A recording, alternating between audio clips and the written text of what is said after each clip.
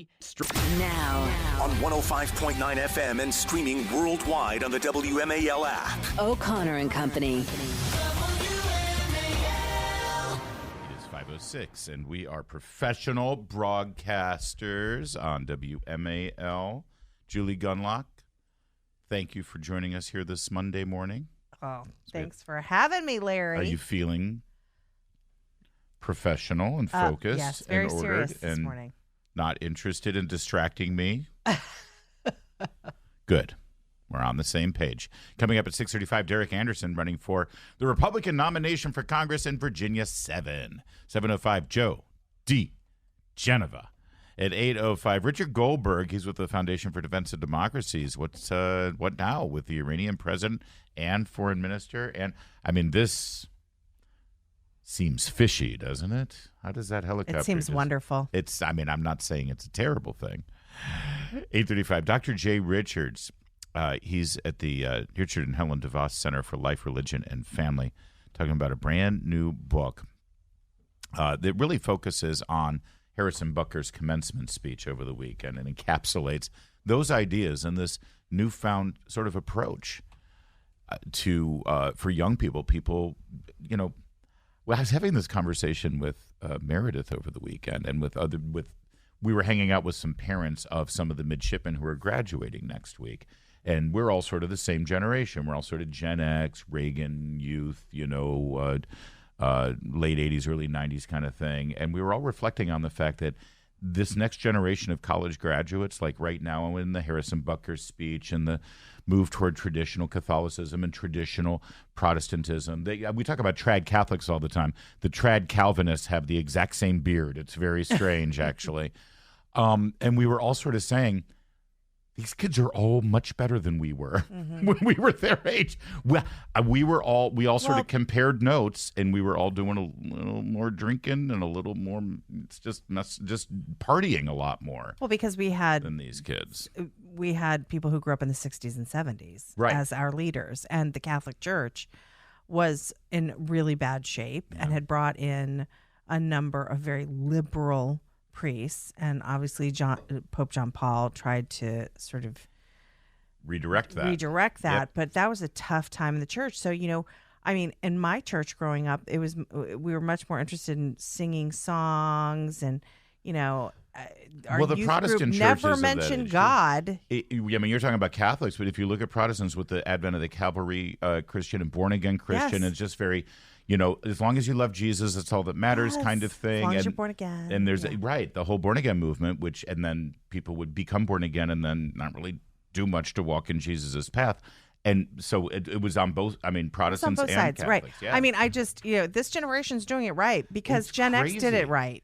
Frankly, raised kids to, I think, appreciate the church more in traditionalism. Mm-hmm. And it's funny because I get my back up a little bit when this generation is like, see, we finally got it right. We did not have great people to look up to. Well, thank you. If they got it right, it's because we raised them right. Strangely, so it sort of worked out. I just want to make that point. I Yep. know I sound a little like sour grapes here, but No. I think Gen X really didn't have great leaders, and I think that we came out of it raising children in a better way. So I think you're right. I think, and listen, I know when you turn on the television or go to TikTok or wherever, you're going to see some really, really bad examples of Sure. this generation that we're talking about.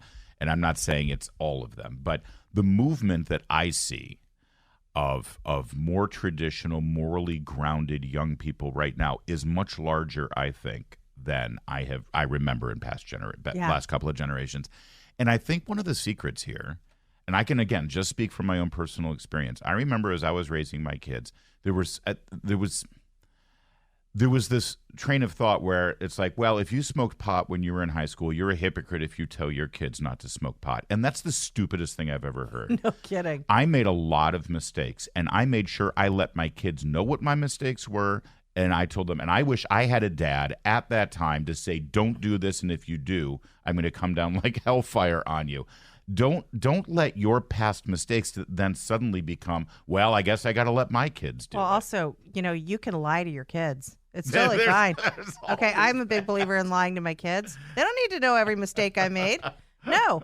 Well, I didn't tell them every mistake. I'm sure. But there are some mistakes that you make that can be valuable teaching lessons. tools. Right, Yeah. right. I get it. But I don't understand why people don't value lying anymore to their kids. Like, lie to your kids, people. They don't need to know you were like, Is it lying to your kids if you just don't reveal the entire truth? That's not lying. No. There's some things that you just keep private. No, but who cares? Just lie. Like, what is the problem? I mean, it's this all this like anxiety about relationship that parents is go based on through. trust, It's like trying to get kids to eat things. I'm like, have you tried yelling at them? Like, just yell at. What is wrong with people today?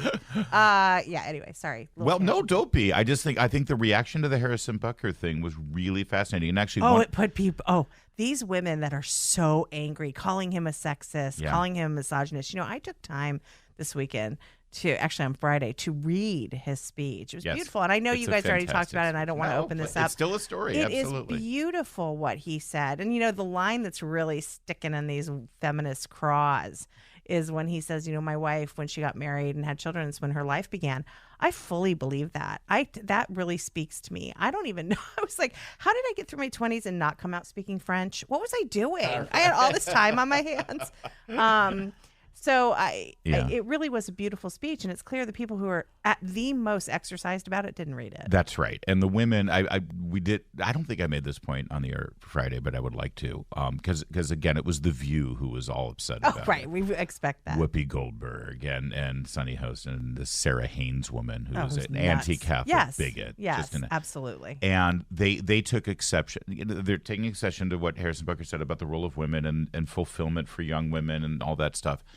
And he was breaking down into tears as he was honoring his wife's devotion to him and his family and his children and honoring her. And at the same time, by the way, saying, we met and fell in love in band class in middle school. And I don't know, do you think that there is any man who would go up and give a speech about how his love for Whoopi Goldberg moves him to tears?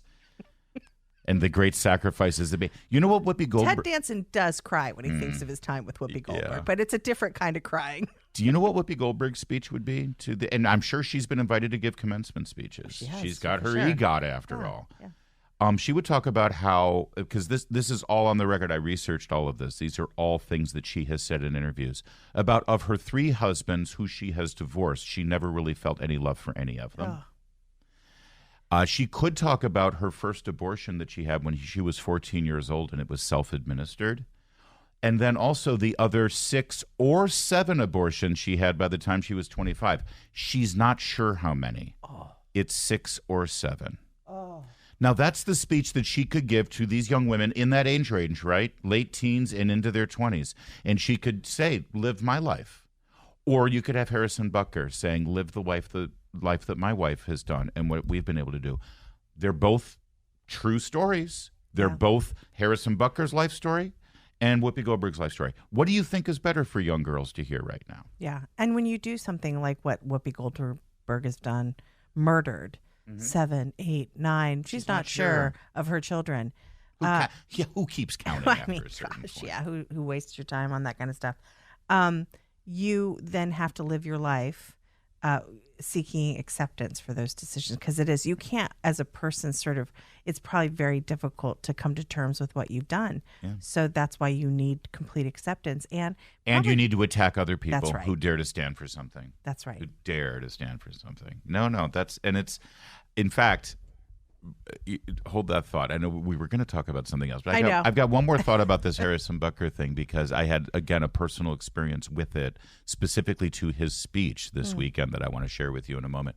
But first, it's 5:15. WMAL, making sense of the vote, because elections have consequences. Download the WMAL app to stream us for free.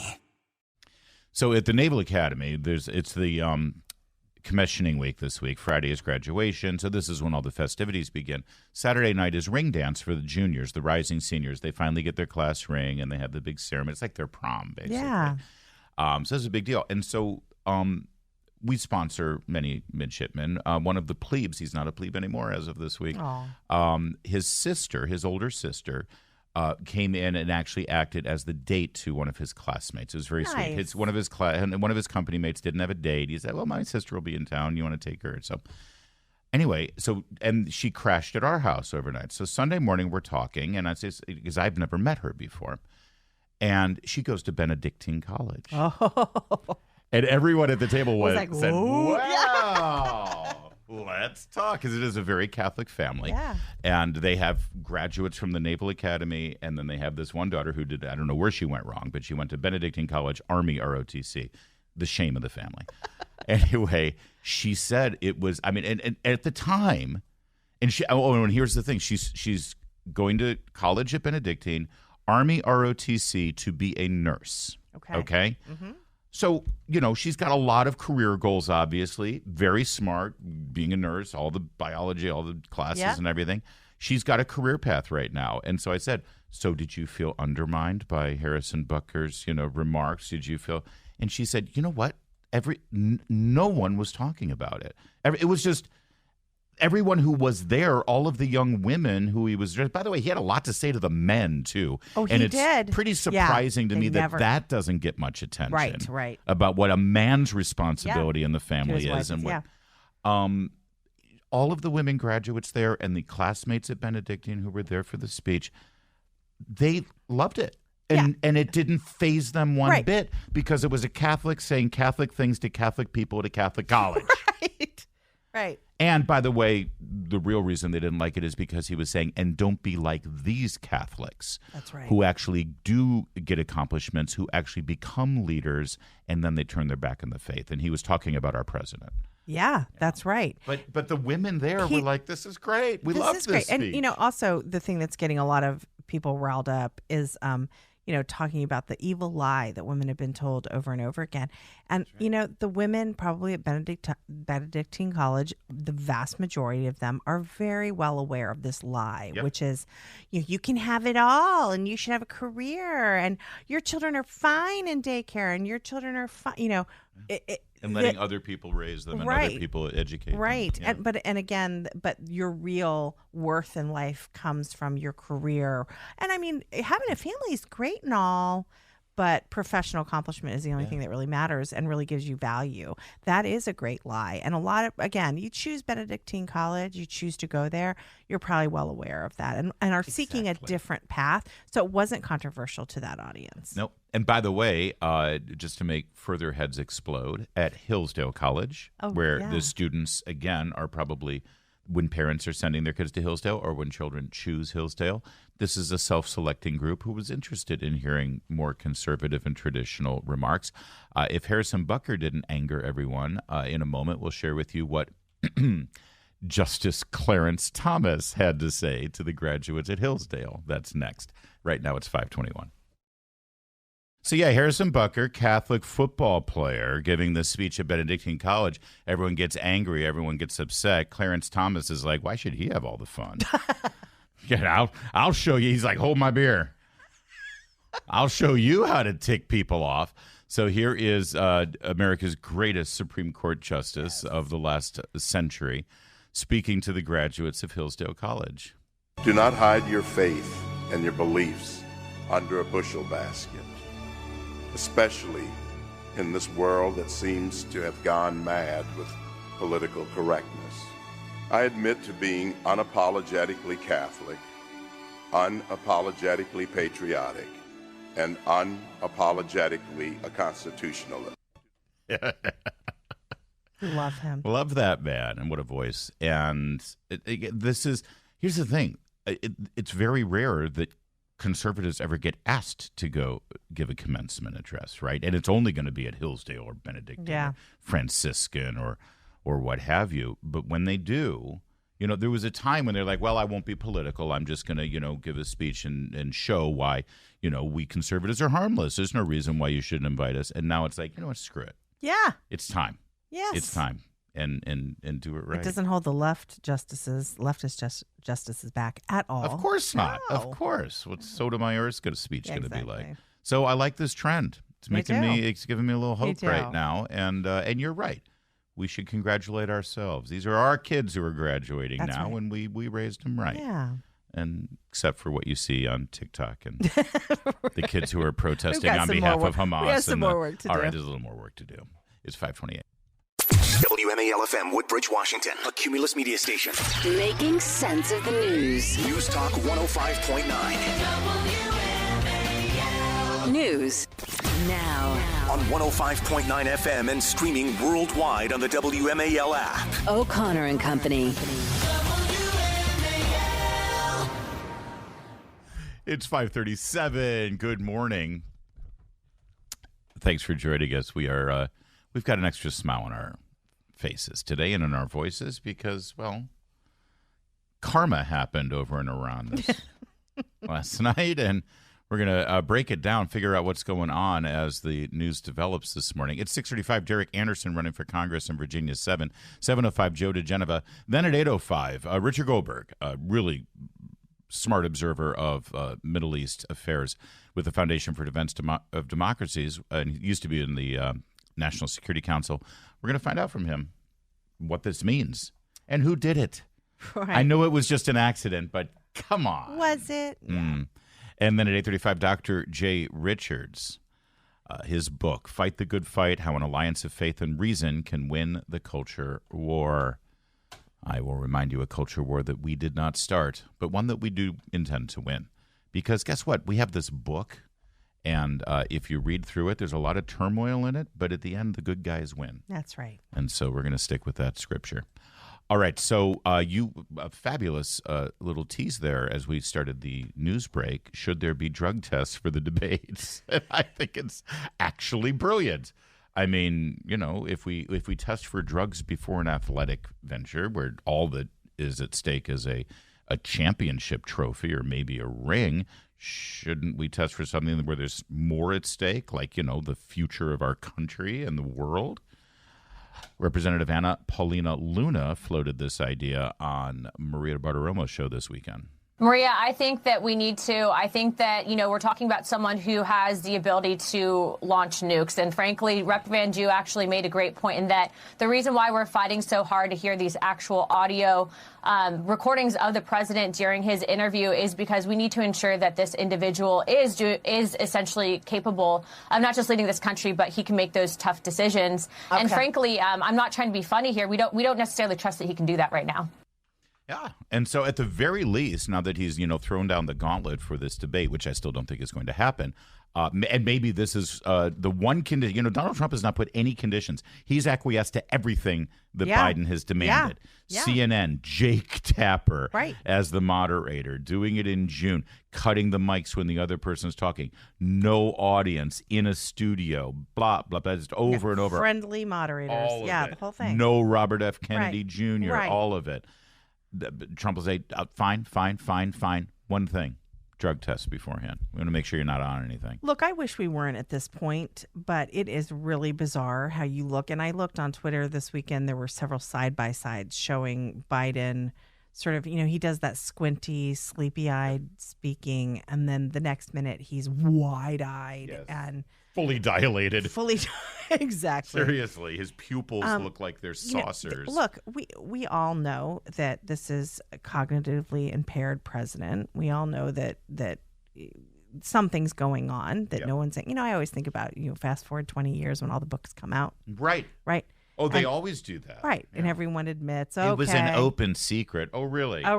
Yeah. Okay. He was kind of being, you know, trotted out and held up, but we all knew he was gone. He was a vegetable, mashed potato brains. So, you know, I wish we weren't here, but I don't trust anybody in the government anymore. Certainly not after this one. COVID? Yeah. Are you kidding? No. And after the State of the Union address, which is, by the way, very different than a debate. All you got to do is stand there. And the one engagement that he did have with Representative Marjorie Taylor Greene, he completely fumbled and made a...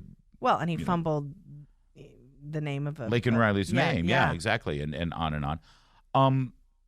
But it was clear that he had gotten some sort of performance-enhancing drugs. There's just no doubt. There's no other explanation as to how he is like this every day of the week and every remarks that he gives, and then he goes up and gives a speech. He was sustained for 55 minutes. Although he was waning at the end for sure, and the speech started getting slurred again.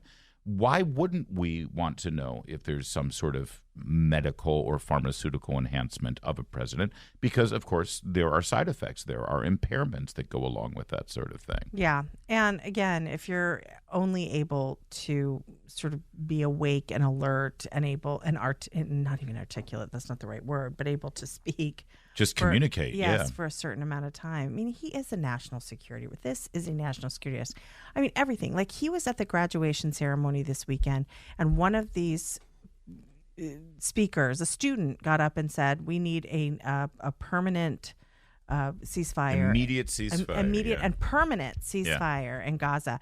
And he clapped. Biden starts applauding. He's basically asleep at that point. You can see, like, he's got the squinty eyes. So I don't know if his eyes were even open. And he starts applauding because he's like, applause line. Right. Everyone else is clapping. Right, I guess so I should claps. too. I mean, that people watch what so now, I mean, this becomes a national security and a foreign affairs kind of situation. He's dangerous. Yeah. Representative Greg Murphy of North Carolina is also a licensed medical doctor, and he was asked about this, and he said, and I'm quoting him now, "I was in the State of the Union address, and Joe Biden must have been jacked up on something that day.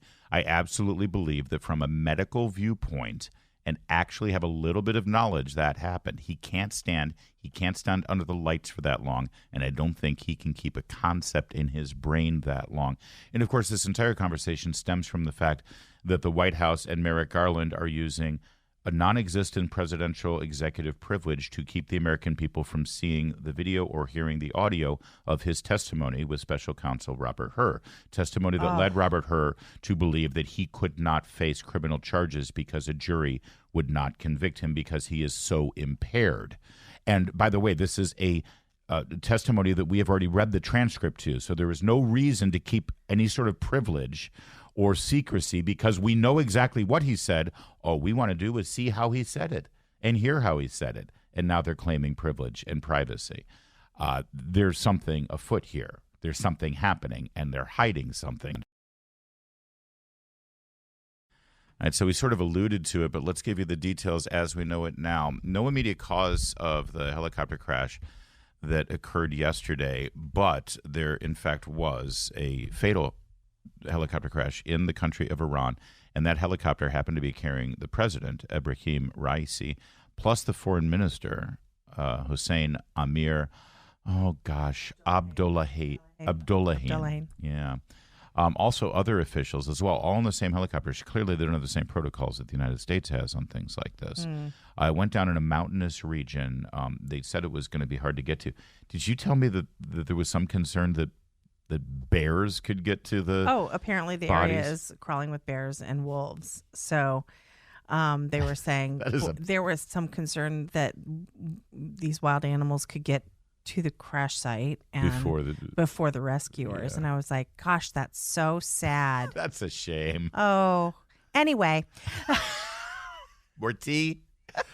Yeah, that's a pretty hardcore way to go, man. Yeah. You survived the helicopter crash. Here come the bears and wolves. The bears and wolves, yeah. And yes, we're acting ghoulishly gleeful because this man is a horrible, evil person. He's killed, who murders and slaughters his and people. Tortured. And yes. Yeah.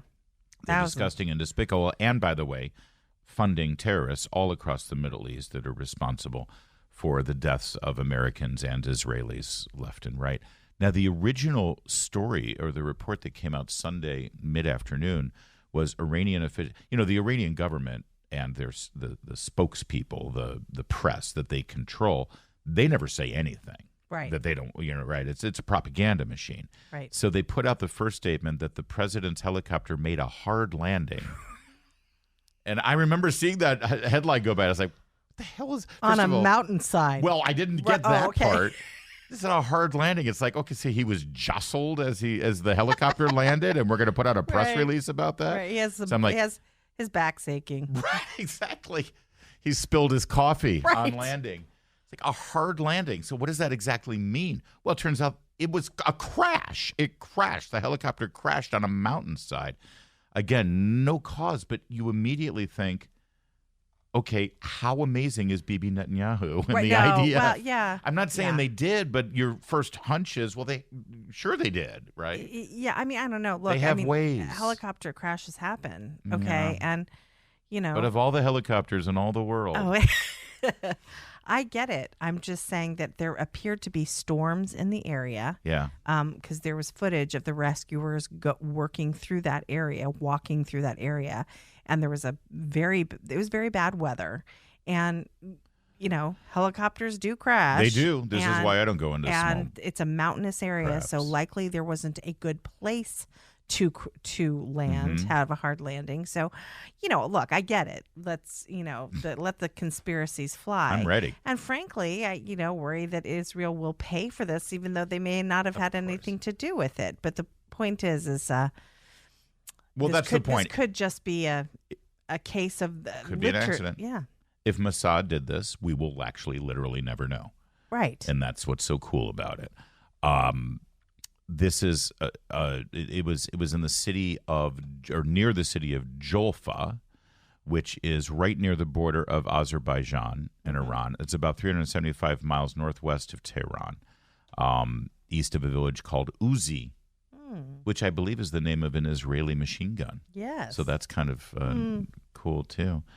But we're still getting contradictory reports Yes, here but as there- well. but- If we're relying on the Iranian But news the service, we're never going to get the truth. the Iranian Interior Minister does confirm that there was bad weather and fog. Yeah. So, Well, you can see some pictures of the rescue effort, and it's very foggy and misty up in the mountains there. And now, of course, the question is going to be who succeeds him. Of course, there is a vice president there, but there's also, you remember, the elected officials and the people who serve as president and prime minister in the functioning government, they all serve at the command of the Ayatollah. And there's some question of succession as to whether the son of the Ayatollah will now be the new president or will be placed in a family position. affair. Well, because it's a corrupt, it's a basket of mullah deplorables over system. there. Yeah. According to Reuters, by the way, the helicopter was completely consumed in fire after the crash, so it's going to be hard to get a whole lot of details on what happened here. And it's the Iranians who are doing the investigation, so we're never going to know exactly what this was all about. He was known as the Butcher of Tehran. It was, yeah. So it's... He raped and murdered and tortured people. Yeah. Oh, And he had his goons murder women if a lock of hair was showing from their scarf. Yeah, there was great celebration in Iran. I saw fireworks Yes, going off in fireworks, some of the and cities. Some of the videos coming out of Iran of people celebrating, there is great joy. And there have been videos, compilations of some of the people who have died in this man's prisons after being tortured for years in some cases. So it's a reason to celebrate his death. The student protesters of Freedom for Palestine are very sad today because this guy is a hero to them. That's right. No official message from Queers for Palestine. Right. Has Rashida Tlaib? I haven't heard anything from Rashida. Rashida Probably in all Tlaib black either. today. Yeah. Derek Anderson, who served in the military over in that region, will be joining us at 6:35. He's now running for Congress. Get his thoughts on it. And then at 8:05, Richard Goldberg will discuss the next steps, the implications, and everything else you need to know. It's 5:53.